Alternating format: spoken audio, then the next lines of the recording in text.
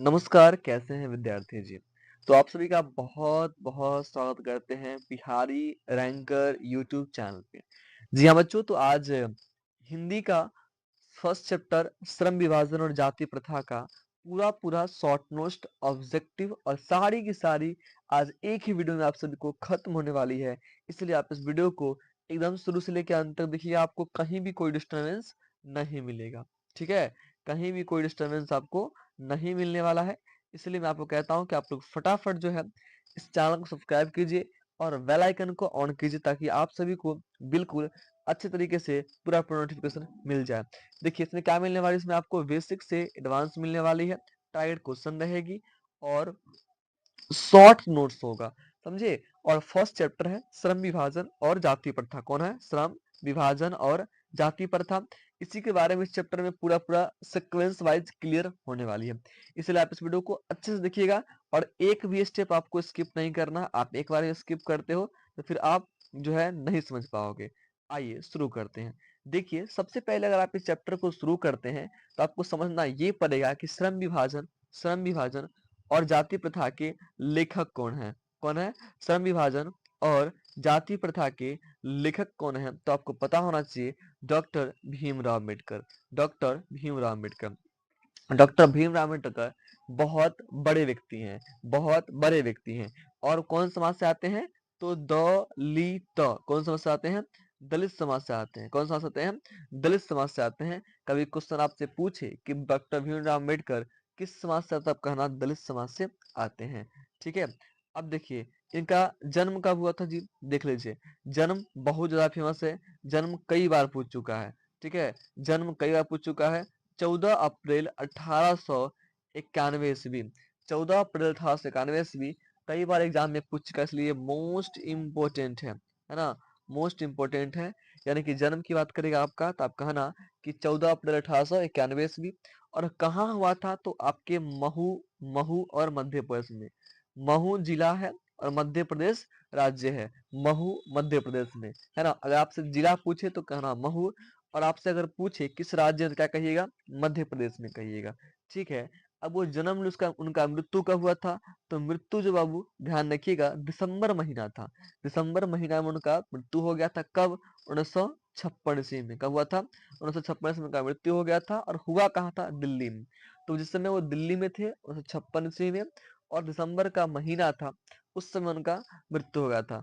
शिक्षा की बात करेंगे, शिक्षा प्रारंभिक शिक्षा उन्होंने ग्रामीण में किया था। मतलब शुरुआत में 1 से 10 12th ये सब कहाँ से पढ़ाई किए थे? तो वो ग्रामीण अपने घर के बगल में जो ग्रामीण स्कूल होता है, जैसे कि आप अभी गाँव में पढ़ते हो ना, तो वही हुआ ग्रामीण।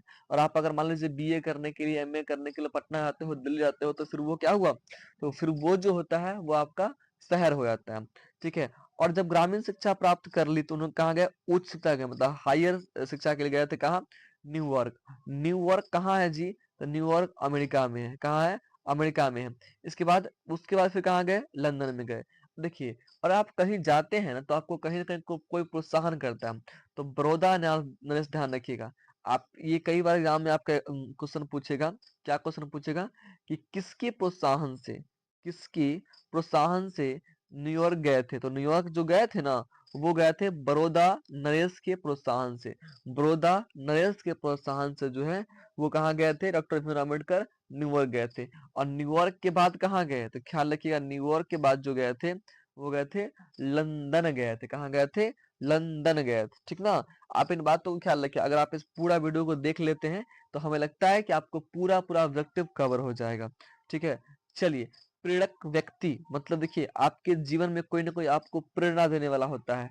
किसी-किसी के जीवन में उसकी महिला जैसे उसकी पत्नी है जो बहुत प्रेरणा करती है। किसी-किसी के जीवन में उसके पिताजी के प्रेरक होता है, किसी के जीवन में माताजी प्रेरक होता है, किसी के जीवन में दोस्त होता है। मतलब हर एक व्यक्ति का प्रेरक अलग-अलग होता है।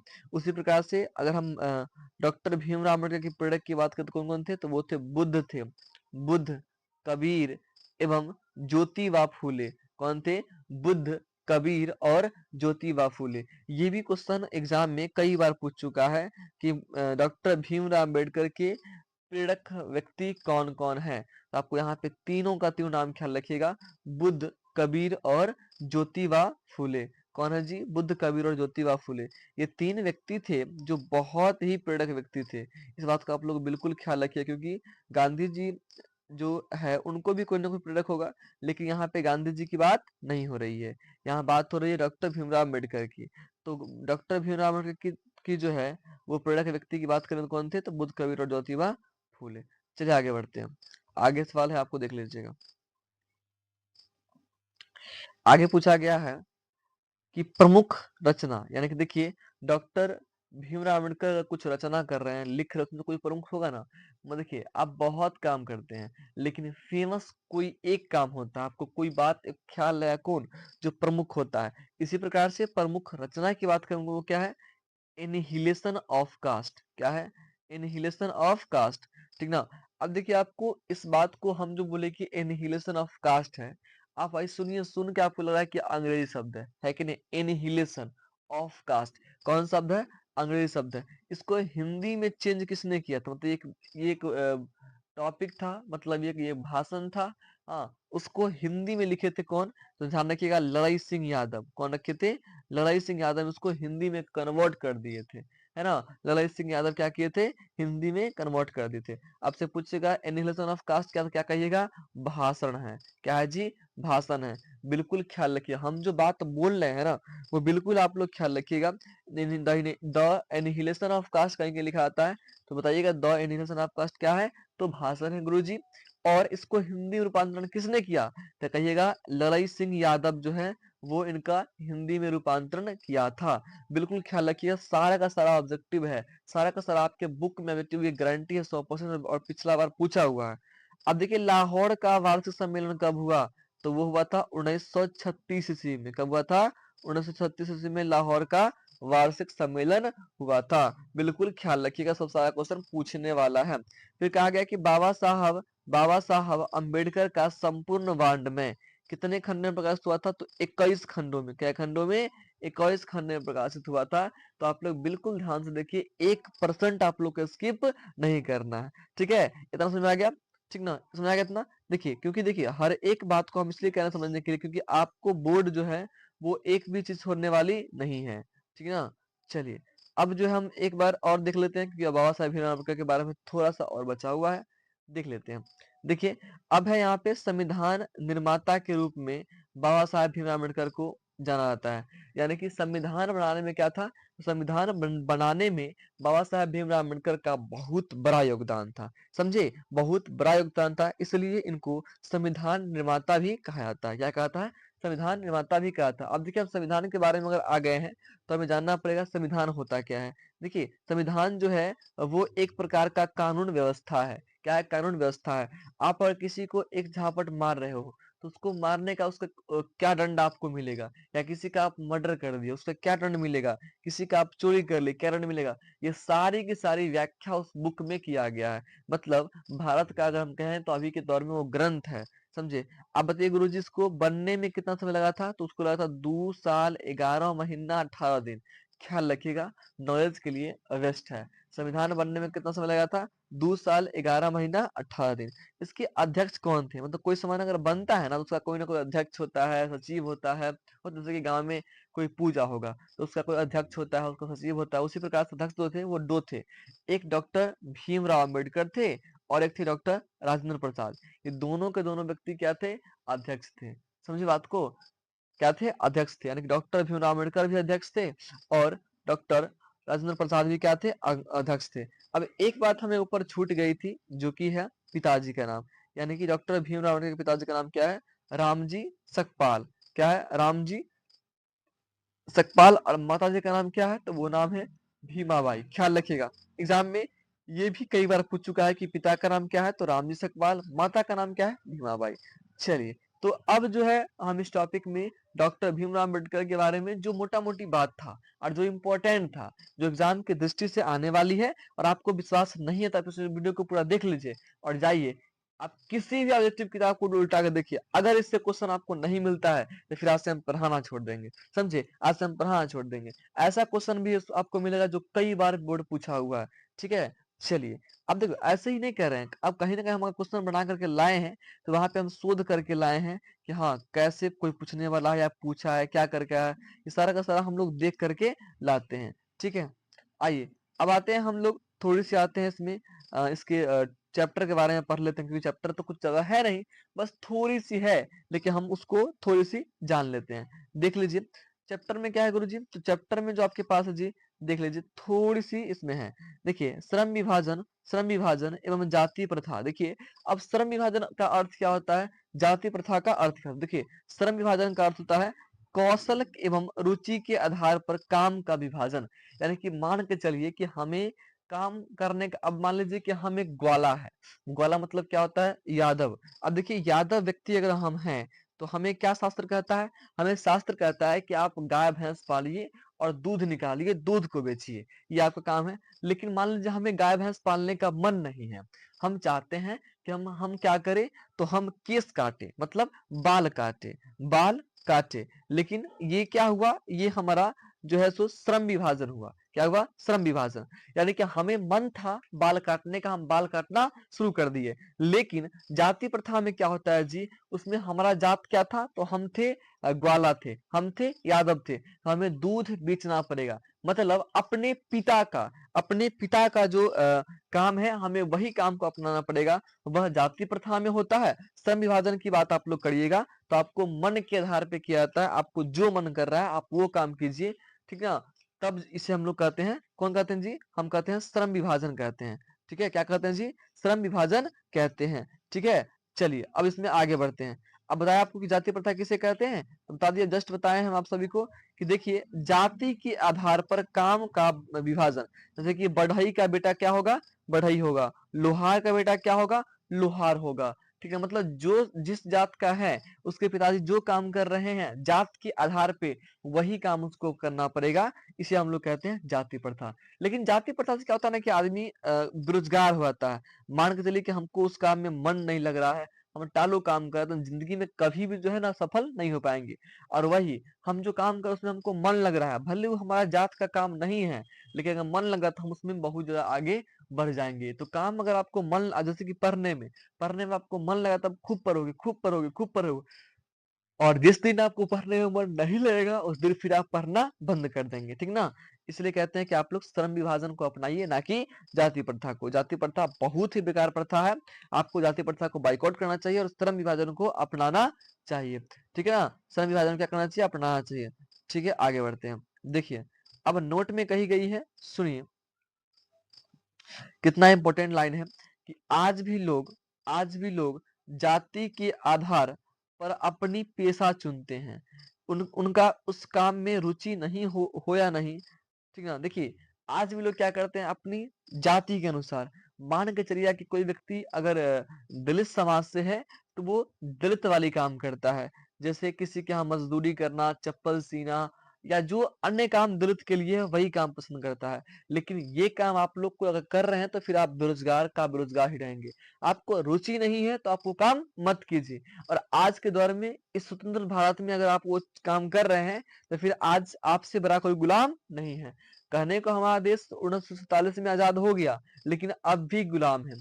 अब भी गुलाम सिस्टम का है, अब भी गुलाम राजनेताओं का है, अब भी गुलाम वो अपने मानसिकताओं का है। अगर गुलामी से दूर होना चाहते हैं, तो आप पहले क्या कीजिए? आप जाति प्रथा को बाइकआउट कीजिए, आप श्रम विभाजन को अपनाइए, ठीक ना? अब देखिए, जाति प्रथा जो है बिहार एवं उत्तर प्रदेश में अधिक मात्रा में देखी जाती है। बिल्कुल सही है, क्योंकि बिहार और उत्तर प्रदेश में जात के आधार पे लोगों को बांटा हुआ है। लोग जाति के आधार पे आते हैं। अगर कोई यादव व्यक्ति है, तो यादव को ही सपोर्ट करेगा, वो यादव के यहाँ खाना पीना करेगा, वो यादव के यहाँ ही जो है सो ब्याह शादी करेगा। लेकिन अदर स्टेट में क्या होता है जी? अदर स्टेट में देखिए, हर एक स्टेट में जाति प्रथा है, लेकिन कोई स्टेट में भाषा के आधार पे है, कोई स्टेट में रंग रूप के आधार पे है। लेकिन हमारा बिहार और उत्तर प्रदेश में क्या है? तो यहाँ जाति के आधार पे है कि कौन चमार जाति का है, कौन धोबी जाति का है, कौन किस जाति का है, और उसके आधार पे हम लोग बटे हुए हैं, ठीक ना? आइए, अब बिहार के बारे में कुछ मुख्य तथ्य हम लोग जान लेते हैं, क्योंकि अगर बिहार का चर्चा हम अगर किए हैं, तो इस चर्चा को थोड़ा सा और विस्तार किया जाए, ठीक ना? चलिए, आइए देखिए, अब यहाँ पे क्या है? तो बिहार जो है, बिहार के फिलहाल में मुख्यमंत्री कौन है? तो अभी जो हम वीडियो बना रहे हैं बाबू, तो अभी बिहार का मुख्यमंत्री है श्री नीतीश कुमार है। लेकिन अगर अभी आगामी 1 महीने बाद चुनाव है, तो हो सकता है चुनाव के बाद अगर कहीं सरकार चेंज हो गई, तो उसमें फिर मुख्यमंत्री चेंज हो सकते हैं। लेकिन फिलहाल में कौन है जी? तो फिलहाल में है श्री नीतीश कुमार है। अब देखिए जनसंख्या कितनी है बिहार की कुल जनसंख्या, तो वो ख्याल रखिएगा 13 करोड़ 7 लाख है। और जनसंख्या जो है 2023 की जनगणना के अनुसार है। कब का है? 2023 की जनगणना के अनुसार है। ये अभी का नहीं है, 2 साल पहले जनगणना हुई थी। उसी के हिसाब से 13 करोड़ 7 लाख जनसंख्या। अब साक्षरता दर कितना है, मतलब कितना लोग पढ़ा लिखा है? तो 61.80% क्या है? पढ़ा लिखा है। मतलब 61.80% क्या है जी? पढ़ा लिखा है। ये कब का है? 2011 का रिपोर्ट है। इतना परसेंट पढ़ा हुआ है। अभी भी जो है लमसम 38.28% लोग क्या है? अनपढ़ है। और यही अनपढ़ लोग क्या करते हैं? गलत नेता को चुनते हैं, जातिवाद करते हैं। ऐसी कोई बात नहीं कि जो पढ़े लिखे जातिवाद नहीं करते, वो भी करते हैं। बिहार में अगर कोई व्यक्ति रह रहा है, कितनों पढ़ लिख लिया तो अपने जात को छोड़ देगा? ऐसा हो ही नहीं सकता है, हम ये मान ही नहीं सकते हैं। चलिए आगे बढ़िए। बिहार की राजकीय फल कौन सा है जी? तो ख्याल रखिए आप लोग, आम है। कौन सा फल है जी? आम है। क्या कौन सा फल है? आम है। और राजकीय पक्षी कौन है? तो गोरैया। देखिए कौन सा है? गोरैया इसका राजकीय पक्षी है। और जानवर की कौन हो जाएगा? जानवर आपके पास हो जाएगा बैल। ख्याल रखिए, पहला राजकीय फल क्या होगा? आम होगा। राजकीय पक्षी गोरैया। राजकीय जानवर बैल हो गया। जनसंख्या हो गया 13 करोड़ 7 लाख जनसंख्या होगा। 61.80% क्या हो गया? साक्षरता दर हो गया। तो ये चीज आप लोग बिल्कुल ध्यान रखिएगा। और इस चैप्टर में कोई बड़ी बात नहीं है, आप चैप्टर को पूरा पढ़िएगा, फिर भी आपको कुछ भी नहीं मिलने वाला है ना। और ये अब हमें लगता है कि ऑब्जेक्टिव में आपको पूरा पूरा कवर करवा दिया हूँ। अगर कोई भी आपको डाउट होता है तो आप कमेंट बॉक्स में आप बिल्कुल हमें बता सकते हैं। और आपको अगर सब्जेक्टिव भी चाहिए क्वेश्चन बाय क्वेश्चन, तो आप हमें कमेंट कीजिए कि सर सब्जेक्टिव का भी आप दे दीजिए, तो हम बिल्कुल दे देंगे। और आपको ये नोट्स चाहिए, जो अभी नोट्स आपको जो मिल रहा है, देख लीजिए एक बार। ये जो नोट्स आपको दिख रहे हैं, जो कि मैंने अभी पढ़ाया, जिस नोट्स हम पढ़ाए हैं, अगर ये नोट्स आपको चाहिए तो आप जो है कमेंट बॉक्स में कमेंट कीजिए आपको। और आप ध्यान रखिएगा, जो हमारा चैनल है, चैनल का नाम क्या है? चैनल का नाम है बिहारी रैंकर। क्या नाम है? बिहारी रैंकर। तो आप क्या कीजिएगा, इस चैनल को सब्सक्राइब कर लीजिएगा। और इसी नाम से व्हाट्सएप चैनल भी है, टेलीग्राम चैनल भी है। आप जहां कहीं भी मैसेज कर दीजिएगा, आपको मिल जाएगा, पीडीएफ इसका मिल जाएगा। या मैं आपको अभी जस्ट एक डायल नंबर देता हूँ, उस नंबर पे आप लोग हमें कांटेक्ट कर लीजिएगा। तो फिर आपको जो है क्या होगा, बिल्कुल बिल्कुल यहाँ पे पीडीएफ आपको मिल जाएगा। देख लीजिए, ये कांटेक्ट नंबर आपको मैं दे रहा हूँ।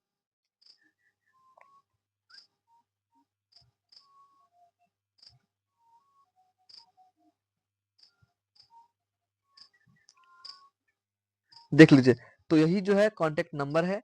इस पे आप व्हाट्सएप, ठीक ना, व्हाट्सएप कीजिएगा, हाई कीजिएगा, तो आपको बिल्कुल बिल्कुल क्या हो जाएगा, आपको पीडीएफ बिल्कुल फ्री मिल जाएगा। आपको एक भी रुपए चार्ज नहीं की जाएगी। और आज से पर डेली आपको पूरा पूरा हिंदी खत्म किया जाएगा। जिस प्रकार से मैंने आज आपको पढ़ाया है, उसी प्रकार से आप सभी को बिल्कुल स्टेप बाय स्टेप पढ़ाएंगे और हर एक टॉपिक को क्लियर करेंगे। इसलिए आप हमें हमसे जुड़ जाइए, और जो भी सहायता हमसे हो पाती है बिल्कुल हम करेंगे, और बिल्कुल फ्री ऑफ कॉस्ट करेंगे। हम एक भी रुपए आप सभी से बिल्कुल लेने वाले नहीं है, ठीक ना। चलिए ठीक है, तो फिर मिलते हैं अगले वीडियो में। तब तक के लिए जय हिंद, जय भारत, जय बिहार, जय सटी मैया।